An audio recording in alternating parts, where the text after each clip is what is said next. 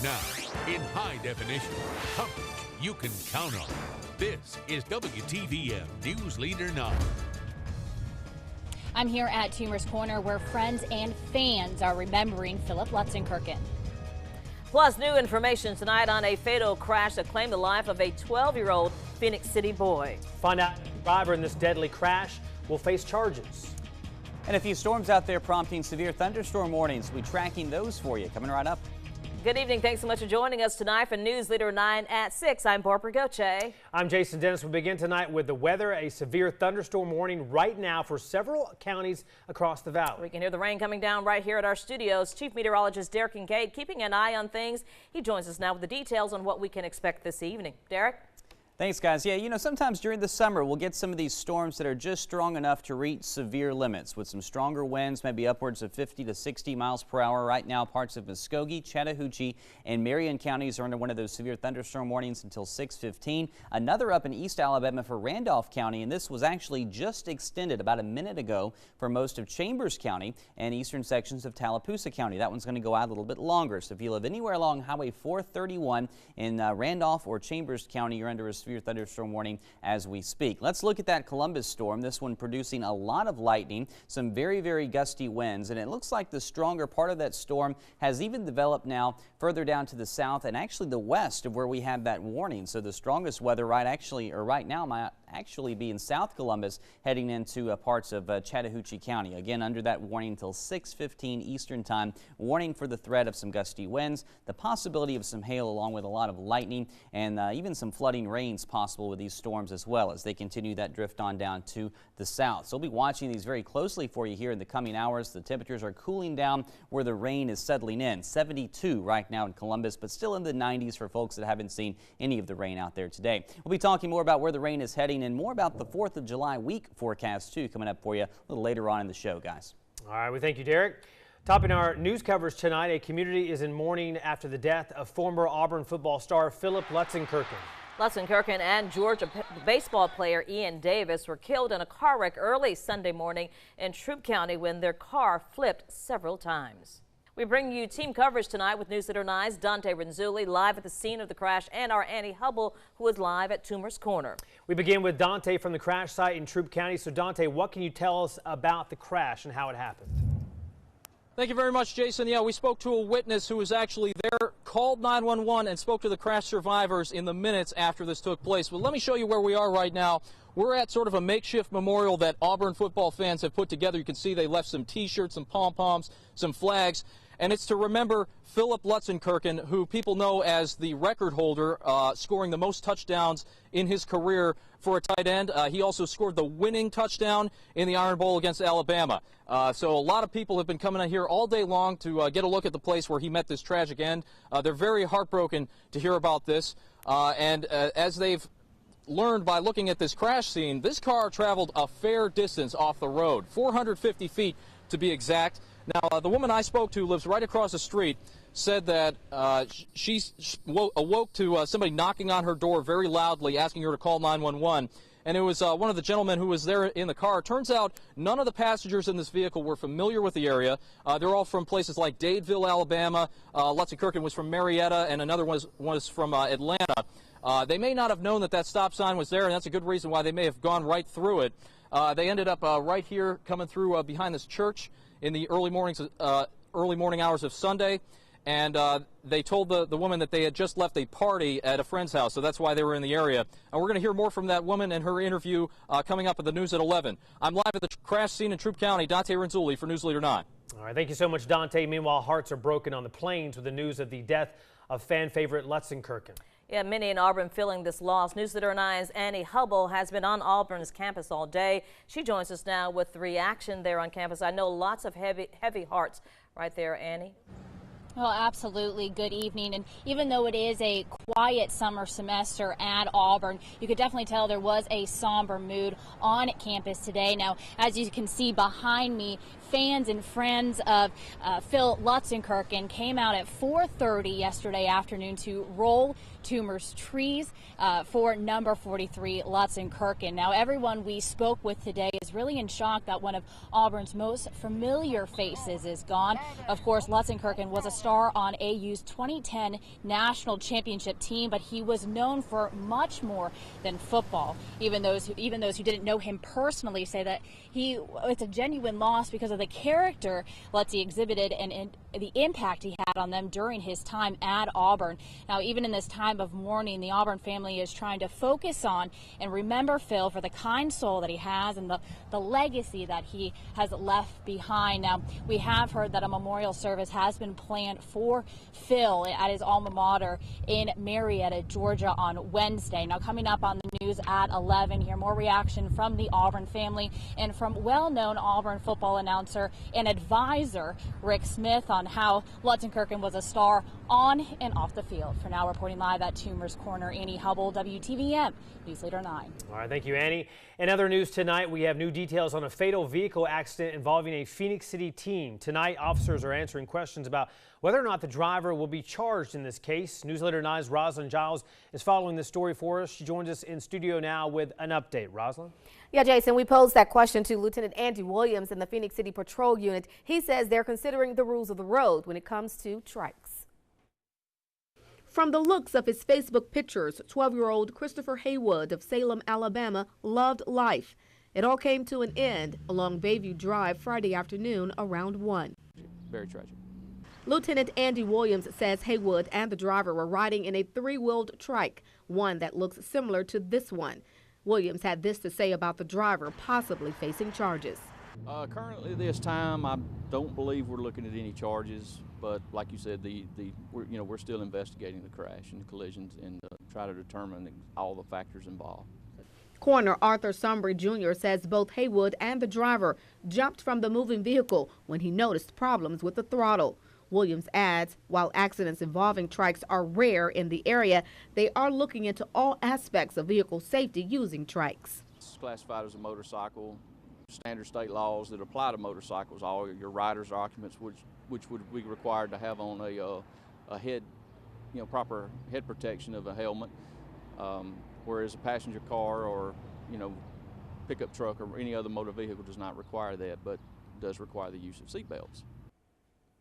Now, it is unclear if the driver and the teen were related. Of course, our thoughts and prayers go out to both families involved. Back to you. Absolutely, Rosalind. Thank you. Well, early voting for the Georgia primary election runoff is underway right now. The actual runoff election for Georgia is not until July 22nd, but those wanting to get a head start can go ahead and cast their ballot during early voting. On the Republican ballot, you will see U.S. Senate as well as state school superintendent. On the Democratic ballot, there is only state school superintendent. Also, for those precincts that are in School Board District 2 in Muskogee County, you will see the runoff between John Thomas and John Wells. If you voted a Republican ballot in the primary, you will have to vote a Republican ballot in the runoff. If you voted a Democratic, you will have to vote Democratic. But if you voted nonpartisan, you can vote either Republican or Democrat. And if you didn't vote at all, you can certainly come and cast any of the ballots. Early voting for the primary in Columbus will take place at the City Services Center between 8 a.m. and 4 p.m. Monday through Friday, but they are closed this Friday for the 4th of July holiday. It is the final day of voting this quarter for WTVM's Give 9. Tonight at midnight, the votes will be tallied and a new winner selected. Now the time is to text your vote for one of our 5 finalists. Here's the list: the Autism Hope Center, Liberty Theater and Cultural Center, followed by the New Life Second Chance Outreach. Then we have Pedaling for Kids and Warrior Outreach, which is leading the pack as of now. To vote for one of these 5 charities, just text Give 9 to 40909. Voting continues until midnight tonight. The winner will receive $5,000 courtesy of WTVM and Headquarter Nissan. We wish all the charities well. Absolutely. Coming up here on the news at 6, a Supreme Court ruling involving Hobby Lobby and birth control has the nation talking. We'll hear from both sides of this debate. Plus, travelers may notice beefed up security at the airport this summer. Find out what concerns officials say have led to the increased caution. And your stocks are in on this Monday. The Dow Jones closing down 25 points. The NASDAQ up 10 points.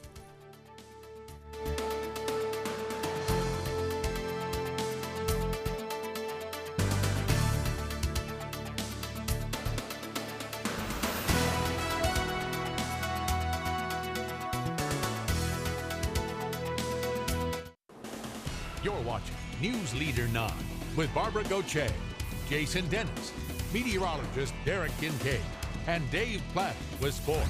All new at 6 tonight, President Obama says he is sending around 200 more U.S. troops to Iraq to protect Americans and the U.S. Embassy in Baghdad. This will bring the total number of U.S. forces in and around Iraq to nearly 800. President Obama has ruled out sending combat troops back into Iraq, but he says the additional troops will be equipped for combat. Meanwhile, President Obama nominates former Procter & Gamble executive Robert McDonald to lead the troubled Veterans Affairs Department. This comes as the system attempts to confront reports of long waiting times and mismanagement. President Obama says the administration is establishing a, quote, new culture of accountability at the VA. Well, closely held companies with religious objections like Hobby Lobby cannot be forced to offer certain types of birth control coverage under President Obama's health care law. In a 5-4 decision today, the U.S. Supreme Court ruled that some for-profit corporations have religious rights. Today's decision came 2 years after justices narrowly upheld the Affordable Care Act. Opponents fear the decision in favor of Hobby Lobby could lead to other health care challenges on religious grounds. I am extremely disappointed. What we saw today was 5 male justices essentially ruled that discrimination against women was not discrimination at all. Now, on the other side of the debate, Georgia Senator Johnny Isakson weighs in on the subject. He released a statement saying, quote, today's Supreme Court ruling is a win for religious freedom and yet another signal to the Obama administration that it cannot continue to infringe on the constitutional rights of Americans. The Department of Homeland Security will likely beef up security measures at America's airports. There is some concern that terrorists from al-Qaeda in the Arabian Peninsula are developing new explosives that can be smuggled past screening systems. Officials say there is no imminent threat or plot, but an additional vulnerability has been identified. U.S. officials have recently put out warnings about terrorists attempting to design new explosive devices to avoid detection. Yeah, lots of folks traveling these days, too, because of the summer and the holiday coming up. But around here today, we got rain to deal with. Yeah, start out with the heat, and then the rains come in. It's going to be quite humid out there on our dinner break. Absolutely. Humid weather after the showers and thunderstorms come to an end. Some of these, by the way, have been fairly strong today. We'll tell you if there's any warnings in effect. Also, the latest on where these storms are moving in your full forecast coming up after the break. Weather coverage you can count on from Storm Team 9 and the area's only live Doppler 9.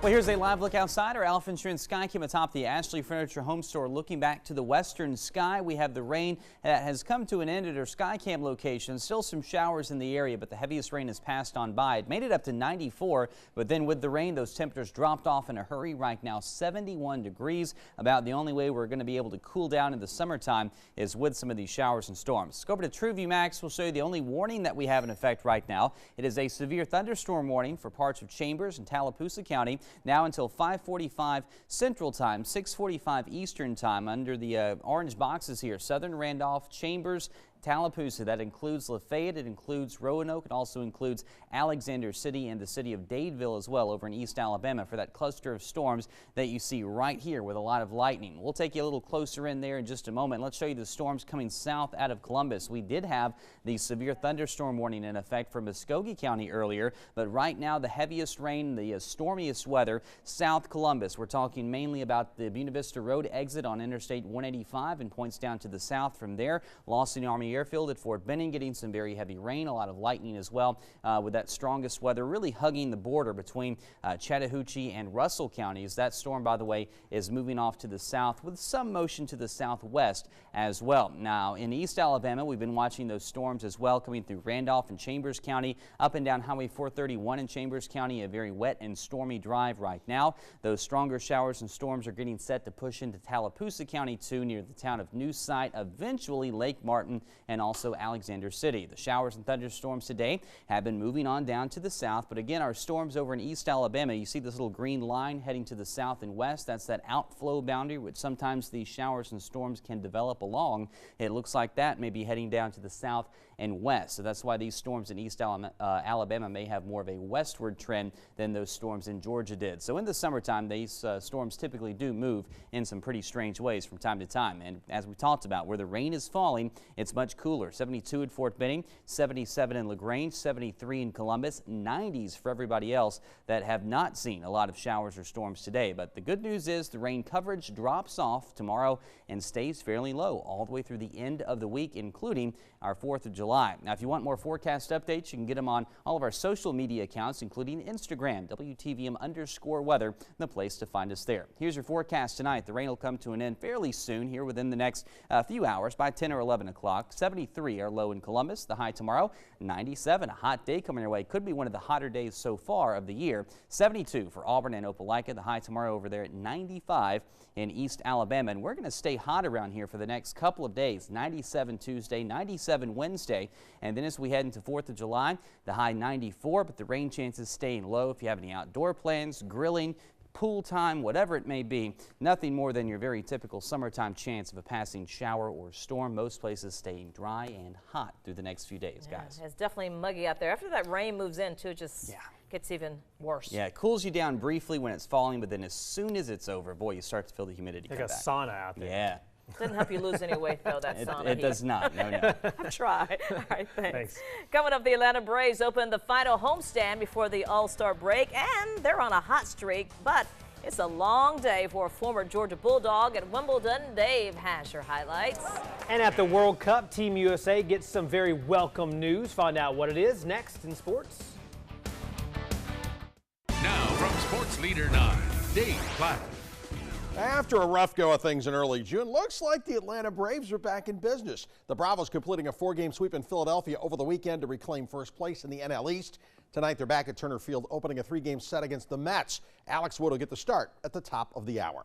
At Wimbledon, 9th-seeded John Isner facing number 19 Feliciano Lopez of Spain. Neither player breaking serve until the 4th set, and it's Lopez with a big shot at the worst possible time for Isner. Lopez taking a 6-5 lead in that 4th set, which means the former Georgia Bulldog has to break serve to stay in the match. And match point, Lopez with the ace. That is that. 6-7, 7-6, 7-6, 7-5. Isner eliminated. He was the last remaining American. Well, the World Cup has been little more than a curiosity in the U.S. until this year. This time around, Team USA is making some serious headway on the world stage, and now it's on the radar screen. And now Team USA with a chance to really prove something as they get ready for tomorrow's round of 16 match versus Belgium. Well, they got some good news this afternoon. Forward Josie Altidor's hamstring injury looks to be healed up. The speedy striker expected to be in the lineup tomorrow. Head coach Jurgen Klinsmann's a happy man right now. He's available. And this is what we want. This is what we hoped for, you know, and this is what the medical staff is working since the injury on him. And they've done a tremendous job. You know, they work day and night with Josie. And so just having him with us, you know, tomorrow is huge, you know, and how many minutes that we'll see that during the game. Team USA and Belgium will kick it off tomorrow at 4 Eastern. As for today's action, France taking on Nigeria in round of 16 action. The game scoreless till the 79th minute. Matthew Valbuena, the corner kick. Vincent Enyama getting the goal, gets a hand on it, but Paul Pogba of France getting his head on it and converts. 1-0 France. And in the first minute to stoppage time, forget, putting the game away, forget the corner kick. Centering pass from Valbuena, deflected into the net. But not by France. It's off the shin of Joseph Yobo for an own goal. France wins it 2-0. They advance to the quarterfinals. Algeria playing Germany to a scoreless tie in regulation. The Algerians are thinking upset, but the Germans, they got their own ideas. 90 seconds into the overtime, Jerome Boateng crossing pass, Andrew Shirley deflecting it in. Germany is on the board.